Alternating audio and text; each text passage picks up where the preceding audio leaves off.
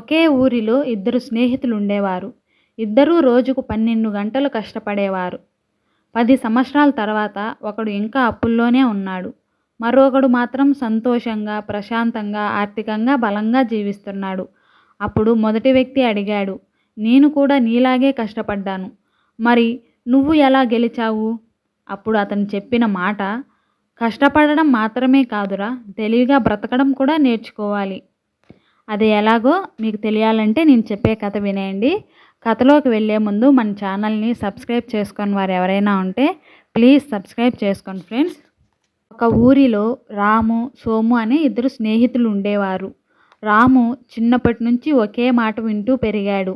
ఎంత కష్టపడితే అంత ఫలితం వస్తుంది. అందుకే ఉదయం నుంచి రాత్రి వరకు పని చేసేవాడు. విశ్రాంతి లేదు, సంతోషం లేదు, తన కోసం సమయం లేదు, కేవలం కష్టమే. మరోవైపు సోము కూడా కష్టపడేవాడే. కానీ అతను ఒక ప్రశ్న వేసుకునేవాడు, నేను చేస్తున్న పని నిజంగా నాకు ఉపయోగపడుతుందా? అవసరం లేని పనులను వదిలేశాడు. కొత్త విషయాలు నేర్చుకున్నాడు. సమయాన్ని విలువైన చోట పెట్టాడు. డబ్బును సంపాదించడమే కాదు, దాన్ని ఎలా నిలుపుకోవాలో కూడా నేర్చుకున్నాడు. సంవత్సరాలు గడిచాయి. రాము ఇంకా అదే పనిలో ఉన్నాడు. జీతం వచ్చిన 3 రోజుల్లో అయిపోయేది. ఒత్తిడి పెరిగింది. ఆరోగ్యం దెబ్బతింది. ఎప్పుడూ ఒక మాట చెప్పేవాడు, నేను చాలా కష్టపడుతున్నాను, కానీ నా జీవితం ఎందుకు మారడం లేదు అని.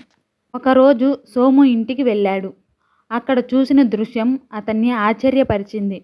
సోము కుటుంబంతో నవ్వుతూ గడుపుతున్నాడు.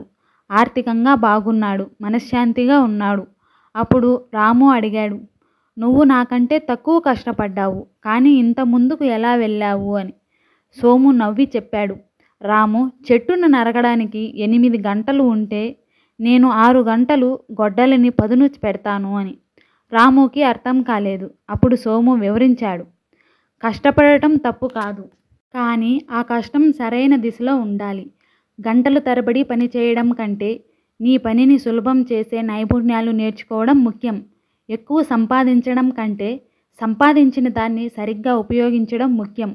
అందరికీ నచ్చాలని బ్రతకడం కంటే నీ లక్ష్యాల కోసం బ్రతకడం ముఖ్యం. ఆ మాటలు రాముకి కళ్ళు తెరిపించాయి. ఆ రోజు నుంచి అతను మారడం మొదలుపెట్టాడు. కొత్త నైపుణ్యాలు నేర్చుకున్నాడు. సమయాన్ని వృధా చేసే అలవాట్లను తగ్గించాడు. అవసరం లేని ఖర్చులను ఆపాడు. శరీరానికి, మనసుకు కూడా సమయం ఇచ్చాడు. కొన్ని సంవత్సరాల తర్వాత అతని జీవితం కూడా మారిపోయింది.